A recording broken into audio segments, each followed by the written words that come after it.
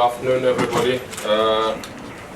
We've been asked by the President-elect to deliver a statement on his behalf. Notice that I make a difference between President-elect and President-declared,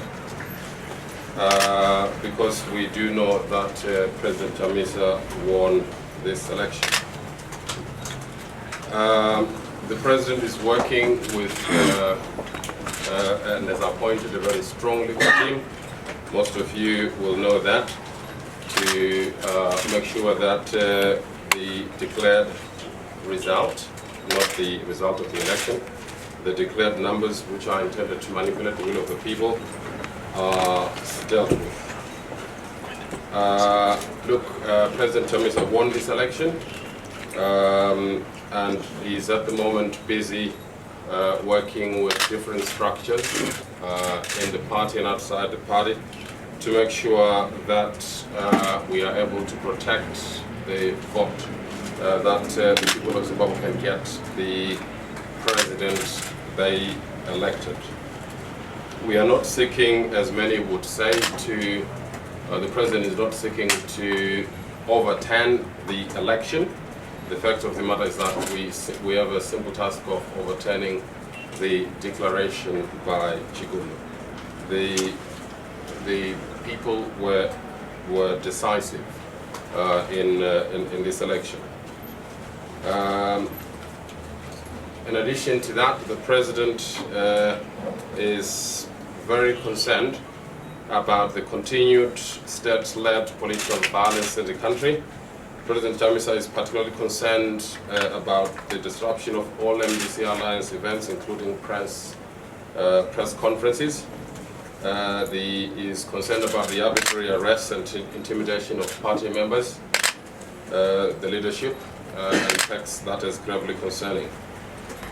He thinks that these are becoming far too systematic violations of human rights. The President is concerned that the ongoing victimization of Zimbabweans by people reporting to be part of the military is getting to levels of impunity. The midnight raids in various residential areas must stop forthwith. There is no place for this kind of behavior in our time and in our country. The continued threats of death and violence of anyone who exercises their freedoms of speech and association is concerning. The dangerous narrative that the state could kill people for simply demonstrating must be dropped immediately. No one has a right to kill anyone or deny any person rights that are confirmed by Constitution and are inalienable. Reports of attacks on elderly members of society that are parents of party leaders or activists should concern everyone, and the President is seriously concerned about this. Following the callous and uncalled for cold-blood murder of Zimbabweans by people reporting to be the military last week, it is now clear that there are high and dangerous levels of a sense of impunity by sections of the military and or security forces, and that the President is concerned about this sense of impunity and being untouchable. The fundamental freedoms, human rights of the people of Zimbabwe to participate in the affairs of this country without the interference of armed people are enshrined in our Constitution and in international conventions and instruments that Zimbabwe has ratified and is part of. These cannot therefore be suspended after this election on the simple guise that the declared result should not be challenged at all. It seems as though the purpose of the current crackdown in the country is simply to make sure that the result is announced by ZEC cannot be challenged, it should not be challenged. People are being denied the right to even dream about challenging the result, and I think that, and the President thinks that that should not be allowed to set in. So the President-elect, President Chamisa, is encouraging everyone to make sure that our rights are, regardless of the circumstances, are respected and that no one is killed for them, and that there should be no more threats of murder, as we've seen in the last few days in different spheres of the media, including social media, where there seems to be a narrative that says, well, if you demonstrate you are, or if you question the results, you're calling for the murder of members of the MDC or anybody who supports the opposition. That position is untrue, is incorrect, both legally, socially, morally, and politically. People should have their rights regardless of whether or not we've just finished the election. That's our statement. Thank you. Thank you very much. I think I'll take a few questions, if there are any.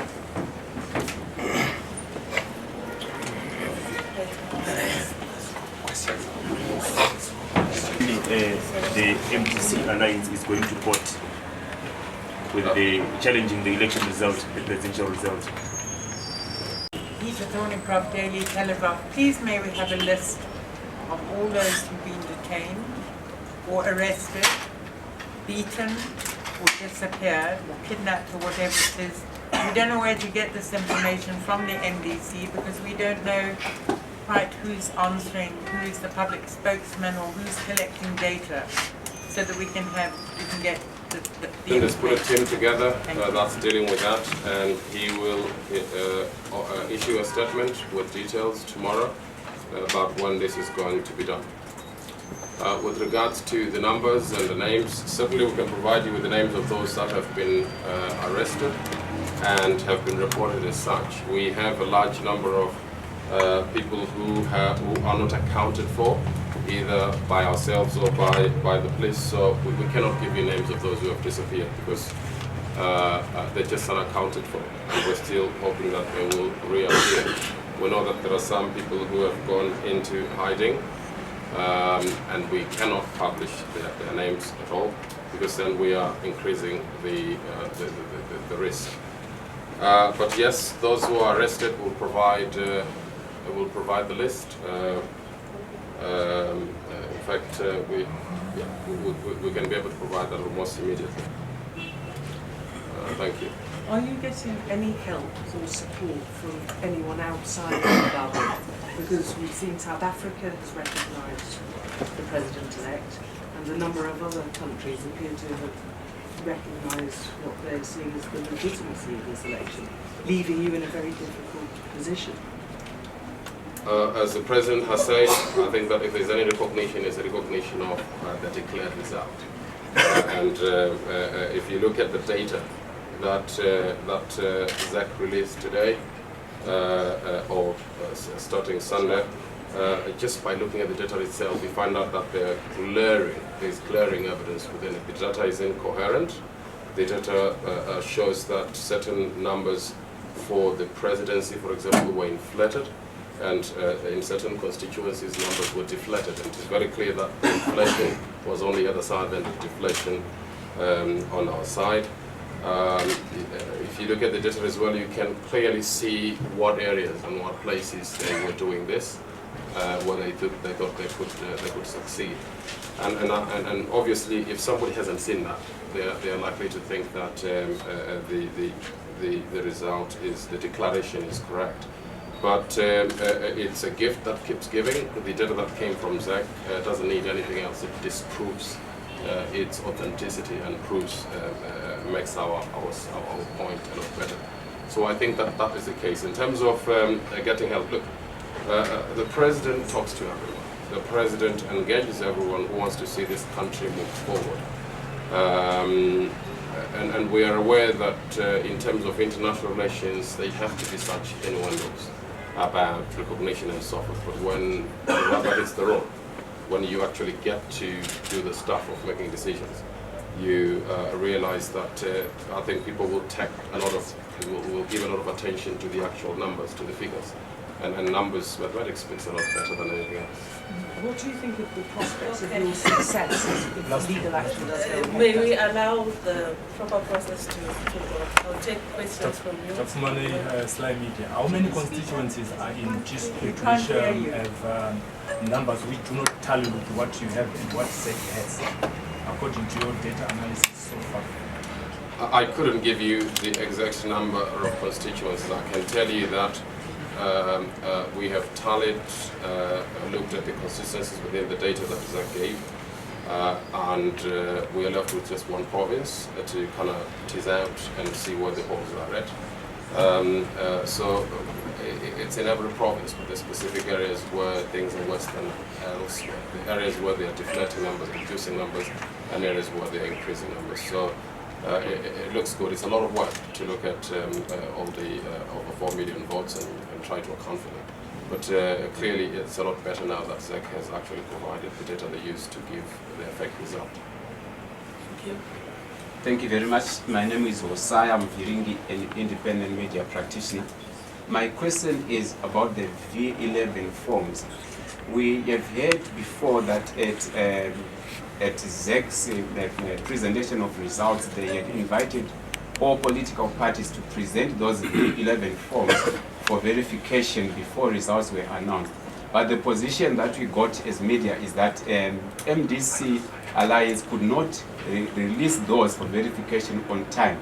And I'm not sure what caused those delays, and until now, why are they not yet delivered, so that we may pass this dispute as a nation and move forward. So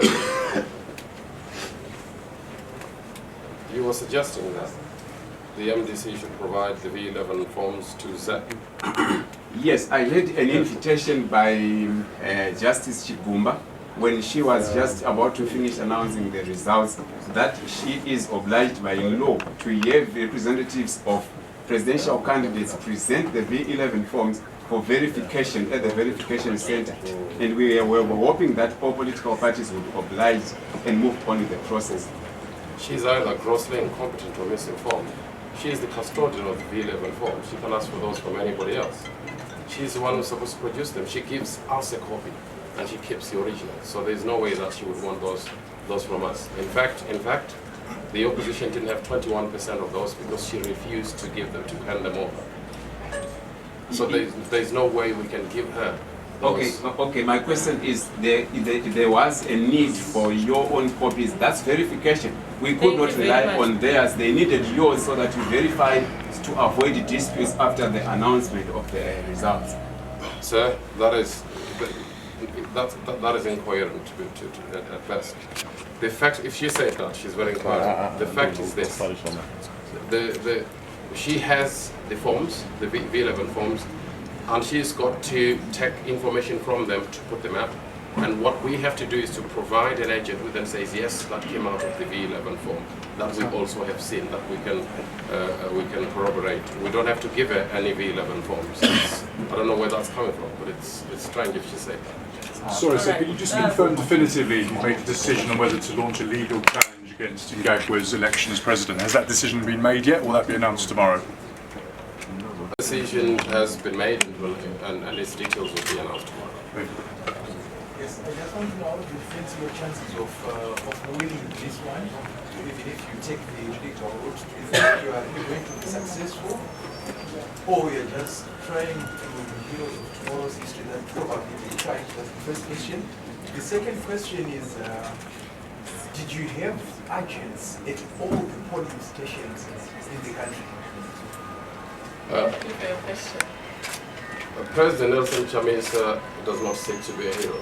He loves this country and has worked very hard. He said that he has a basket of approaches that he will take to get the declaration reversed so that we go to the actual, to announcing the actual result. And that legal action is just but one of them. I already said at the beginning of this press conference that President Chamisa is consulting widely in terms of what actions, all the actions it needs to take. He's consulting on the legal route, he's consulting on other possible routes. There are a number of things that will be done. But certainly President Nelson Chamisa does not seek to be a hero, he just cares about this country far too much to be concerned about heroism. Do you have polling agents at all the polling stations? We had polling agents at polling stations that at a rate that we could logistically do. Look, we had 6 polling agents calling a polling station simply because ZEC had moved one of its polling stations and couldn't find it. So obviously, wherever that polling station was moved, you found yourself without polling agents. But if I get your point, let me just answer the underlying question. The underlying question is whether or not we were able to collect sufficient data to be able to make the verification. And yes, we were able to do that. So for the 21% that ZEC refused to give us, ZEC refused to give V11 forms to about 21% of our agents, literally. But even if you put that aside, okay, even if you put that aside and look at the trajectory where we are at with the 79%, we clearly won that election. Even if you had, even if you had given 100% of the 21% of the polling station to the other side, the trajectory was such that we were going to win. And you could do a lot of clever mathematics and have 3 scenarios. A scenario in which we give Mnangagwa all the 21% as they intended to, and you get a different number in which we're winning. A second scenario in which you use the 2013 rates of voting and how people with attitudes towards voting, and you get a different number, and that still gives you a win for President Chamisa. You then get a smaller but comfortable win in a scenario where you have President Mnangagwa taking 100% of the votes in those polling stations where our agents were not able to collect V11 votes. And I think I've done justice to that question. Thank So, you but so you didn't much. answer whether you thought you were going to succeed if you took the legal route. Look, I think I answered that question. The answer I is, didn't hear it. okay, the answer is this. We have not put all our eggs in one basket. The president said the legal route is just but one of those things that he's going to do. So whether that succeeds or not depends on all the other things that he's doing. But that doesn't answer whether you think you've got any prospect of success. The courts in this country, President Chamisa has said repeatedly,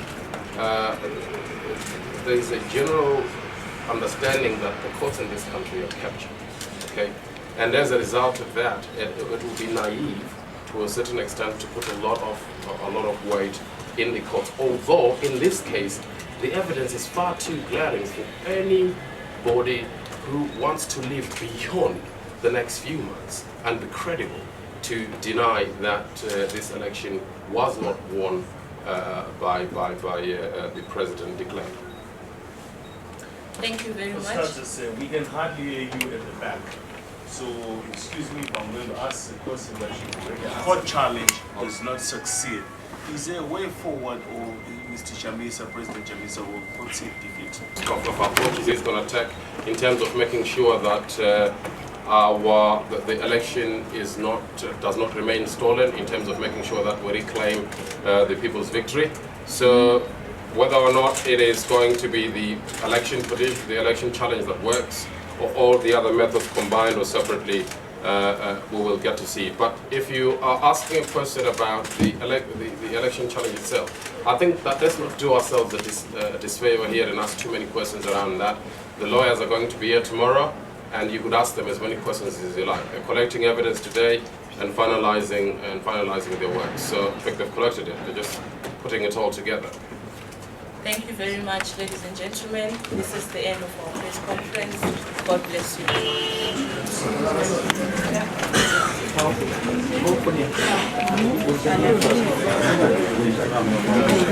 you.